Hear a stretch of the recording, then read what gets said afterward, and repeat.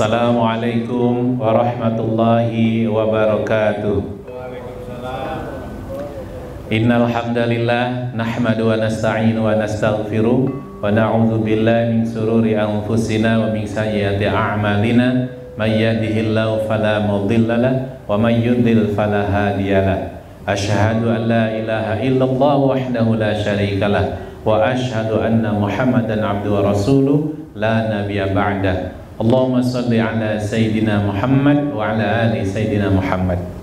Bapak Ibu sekalian, pada kesempatan yang mulia di acara buka bersama dengan Jamsyad, Jam Krindo Syariah, dengan bersama dengan para mitra, untuk berkahnya acara ini, mari kita memohon kepada Allah, berdoa semoga yang sedikit ini ilmunya Allah jadikan ilmu yang bermanfaat. Kita sama-sama doa dulu Bapak Ibu sekalian. Ikuti ya. Allahumma inna nas'aluka ilman nafi'ah. Kita mohon kepada Allah semoga yang sedikit jelang buka ini Allah jadikan ilmu yang sedikit ini menjadi ilmu yang bermanfaat. Bapak Ibu sekalian, kehidupan kita ini ada di antara tiga masa. Ada hidup masa lalu, masa kini, dan masa depan.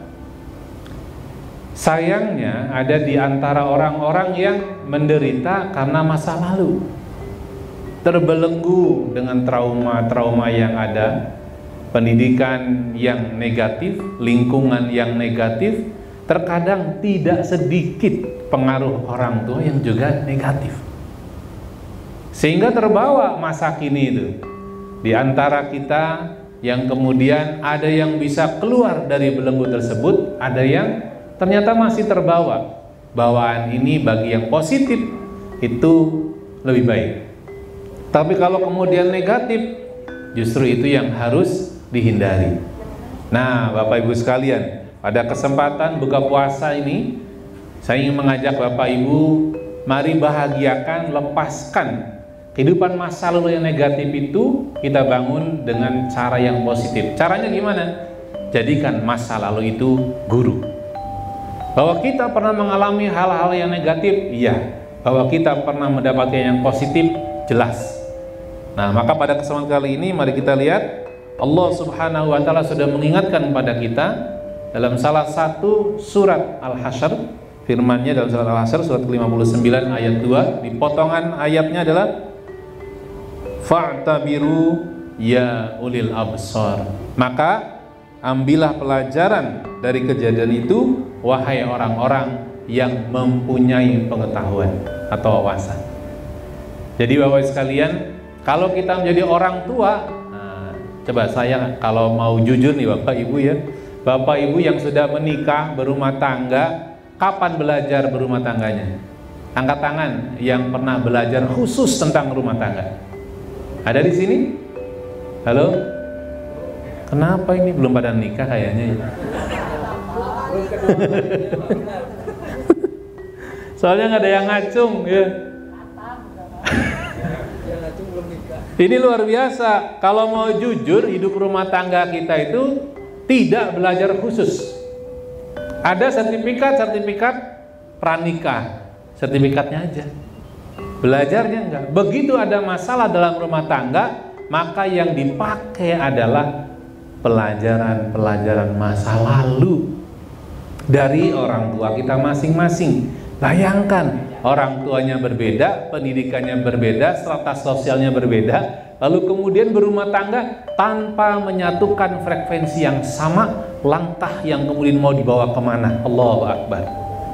Begitu kemudian lahir keturunan, gimana nih caranya? Kembalikan pada orang tua. Bahasanya cucu diasuhnya sama kakek dan nenek karena nggak punya pengalaman.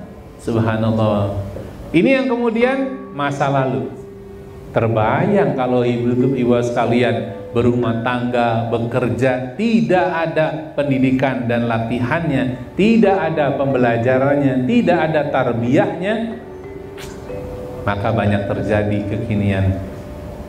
Mereka yang bekerja tentu dilatih dulu, mau masuk bapak ibu di perusahaan masing-masing ada diklatnya, betul nggak? Padahal itu hanya bekerja sementara, hidup berumah tangga hingga akhir masa. Masya Allah. Terbayang makanya anak-anak kekinian ya, yang lahir dari keluarga yang muda, kemudian karena pendidikan dari orang tuanya bukan pendidikan seyogianya, tapi pendidikan masa lalu dari orang tua kita sebelumnya, akhirnya tidak sedikit anak-anak yang tidak merasakan rumah tangga mereka, orang tua mereka menghadirkan sakinah, mawaddah, warahmah. Setuju nggak Bapak Ibu? Setuju apa? Ya, bahwa produk kita kadang terpengaruh kehidupan kekinian itu dengan masa lalu kita. Alhamdulillah kalau positif, betul nggak? Mantep itu. Orang tuanya kaya, ngerti agama, mendidiknya sungguh-sungguh, Masya Allah. Ini ada kisah nyata ya di kota Madinah dengan masa lalu. Saat itu tiba-tiba di masa kekiniannya saat itu ada bapak-bapak usia 70 tahun dengan anak muda usia sekitar 30 tahun ya, 40 tahunan ya, 30 tahun, 35 tahun, ribut di satu rumah. Sang bapak yang sudah senior, yang sudah kakek-kakek bilang, ini rumah saya, kamu keluar. Kata pemuda, oh nggak bisa, ini rumah saya. Ramai para tetangga akhirnya pada mendatangi. Ada apa ini sebenarnya? Rupanya sedang ribut-ributnya, kemudian keluarlah seorang ibu dari rumah itu. Dipeganglah tangan bapak sepuh itu yang usia 70 tahun dan laki-laki yang masih muda, dipegang juga tangannya. Kalian gak usah ribut, tahu nggak, wahai anak muda, anakku, ini ayahmu. Kata ayahnya, hah, ini anak kita? Iya. Kenapa nggak bisa ketemu? Karena waktu itu sang ayah mendapatkan tugas ikut berperang bersama para sahabat Rasul dan lama tidak pulang. Waktu pergi meninggalkan keluarga, anaknya masih dalam kandungan. Jadi sekian puluh tahun baru kembali. Ketika sedang ramai tersebut, lalu sang ayah, suami dari ibu tersebut bertanya, Bu, masih ingat nggak bahwa saya pernah meminta ibu menjaga uang sekitar 180 miliar kalau sekarang? Ya, si ibunya kaget. Aduh, gimana ya menjelaskannya? Pas mau menjelaskan, ternyata waktunya sholat maghrib. Sang bapak akhirnya ke masjid Nabawi waktu itu. Ya, begitu sholat maghrib, sang bapak kaget. Suara imamnya enak luar biasa. Dan sesudah itu sang bapak kaget karena sesudah sholat maghrib rupanya ada majelis syekh yang terkenal di Masjid Nabawi saat itu.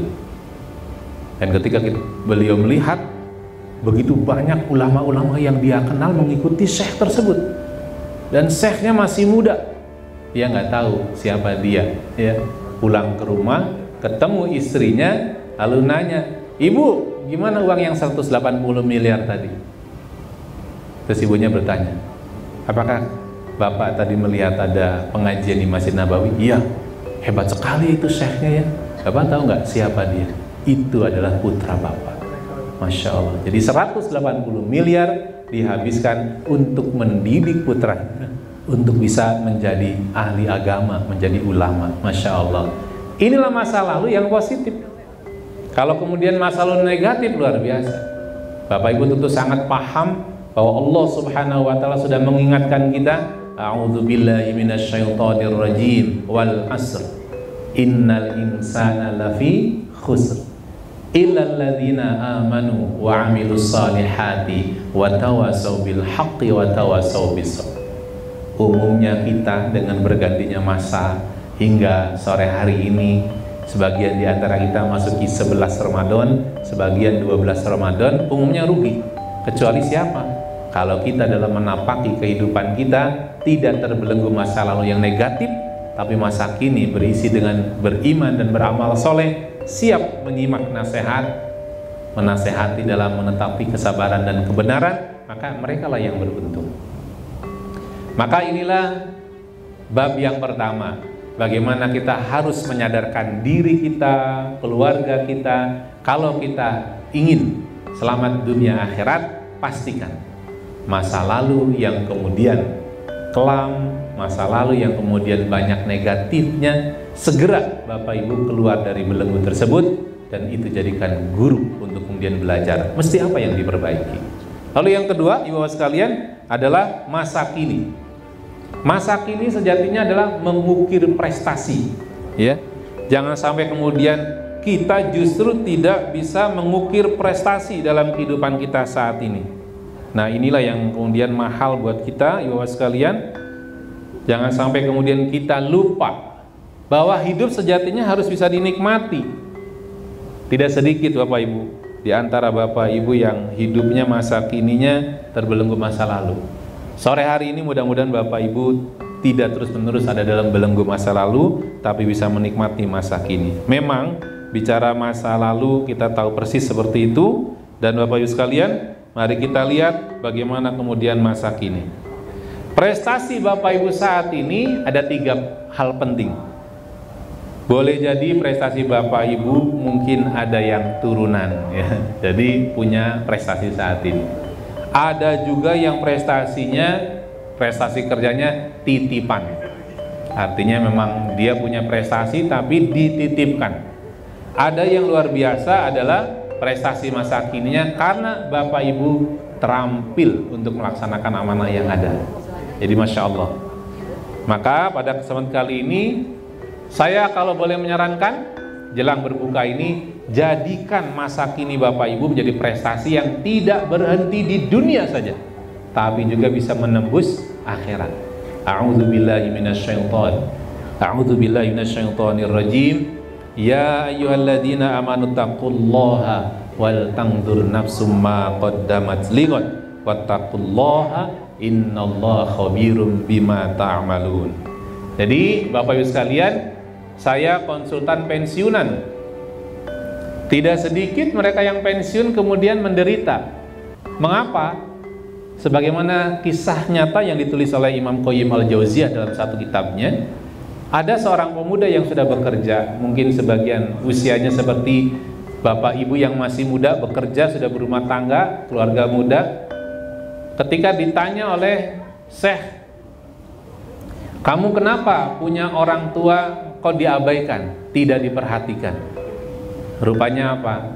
Sang anak yang sudah berumah tangga ini kemudian menjawab, saya tidak memperhatikan ayah ibu saya karena sewaktu saya butuh perhatian orang tua saya, saat saya sekolah, saat saya butuh perhatian orang tua saya sibuk urusan pekerjaan.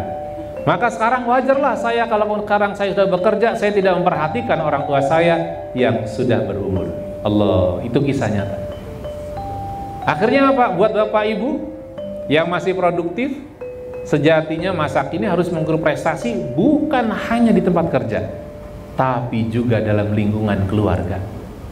Tidak sedikit anak-anak yang kemudian orang tuanya pagi berangkat, pulang malam tidak mendapatkan sentuhan pendidikan. Bahkan mengenal orang tuanya ketika ada masalah pun orang tuanya tidak punya waktu. Nauzubillah min dzalik. Padahal Bapak Ibu sangat tahu. Coba Bapak Ibu bandingkan kesejahteraan bulanan yang Bapak Ibu dapatkan itu belum tentu sampai ke akhirat kalau kesejahteraan itu tidak bernilai akhirat. Tapi anak Bapak Ibu sekalian, anak Bapak Ibu itu menjadi kunci 2, kunci jadi ahli surga atau naudzubillah kunci ahli neraka.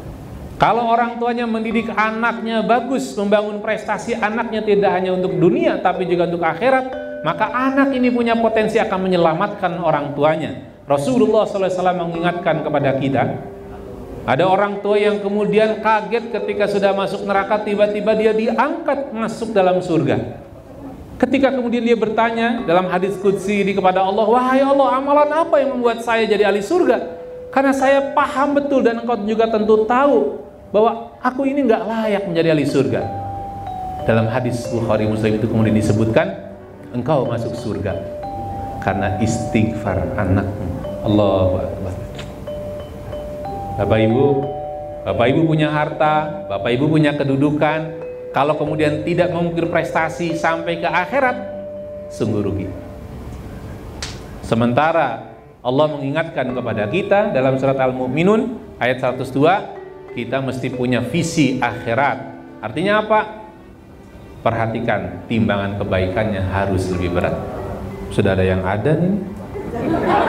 Kalau udah ceramah maghrib gini, kenapa adan terganggu itu? Hapus. Terakhir, ya. Khawatir sudah suruh adan. Di sini sih 1 menit lagi. Kita doa saja dulu gitu. Ya, terakhir Bapak Ibu sekalian ya. Jangan korbankan masa depan kita dengan hanya menikmati tontonan. Tapi pastikan perbanyak waktu kita untuk menikmati tuntunan Allah. Karena kalau itu sudah lewat, habis waktu kita untuk tontonan, sementara hidup kita banyak tuntutan. Lalu kita tidak menguatkan dengan tuntunan Allah dan Rasul, maka kita akan hidupnya akan menderita. Bapak Ibu sekalian, karena sudah jelang maghrib, mari kita sama-sama, ini waktu ijabah, kita berdoa dulu kepada Allah Subhanahu wa Ta'ala. Istighfar 3 kali, sholawat 3 kali, lalu kita agungkan Allah dan kita mohon kepada Allah. Astaghfirullahaladzim, alladzi la ilaha illa wal hayyul qayyum wa atubu ilaih. Astaghfirullahaladzim, alladzi la ilaha illa wal hayyul qayyum wa atubu ilaih. Astaghfirullahaladzim, alladzi la ilaha illa wal hayyul qayyum wa atubu ilaih. Sholawat. Allahumma salli ala Sayyidina Muhammad wa ala ali Sayyidina Muhammad. Allahumma salli ala Sayyidina Muhammad wa ala ali Sayyidina Muhammad. Allahumma salli ala Sayyidina Muhammad wa ala ali Sayyidina Muhammad. Ya Allah, ya Hayy ya Qayyum, bi rahmatika nastaghits. Di waktu ijabahmu ini ya Allah, kami mohon padamu ya Allah, berkahi usia kami ya Allah, berkahi keluarga kami ya Allah, berkahi usaha kami ya Allah. Rabbana zalamna anfusana wa illam taghfir lana wa tarhamna lanakunanna minal khasirin. Rabbana afriq alaina sabra wa tawaffana muslimin. Allahumma ij'alna minat tawwabin waj'alna minal mutatahhirin waj'alna min ibadikas salihin. Rabbana hab lana min azwajina wa dhurriyyatina qurrata a'yun waj'alna lil muttaqina imama. Rabbana la tuzigh qulubana ba'da idh hadaitana wa hab lana min ladunka rahmah innaka antal wahhab. Rabbana atina fid dunya hasanah wa fil akhirati hasanah wa qina adzabannar. Walhamdulillahi rabbil alamin. Alhamdulillah. Kalau tidak salah sudah maghrib. Bapak Ibu ada yang yakin maghrib? Belum ya. Kita kalau sudah Bapak Ibu jangan lupa berdoa ya. Sama-sama kita berdoa ya. Nih siapa yang udah yakin maghrib? Di jam saya udah maghrib soalnya. Sudah ya? Sama-sama ya. Bismillahirrahmanirrahim. Allahumma laka sumtu wa bika amantu wa ala rizkika aftartu birahmatika ya arhamar rahimin. Silakan menikmati hidangan. Terima kasih. Assalamualaikum warahmatullahi wabarakatuh.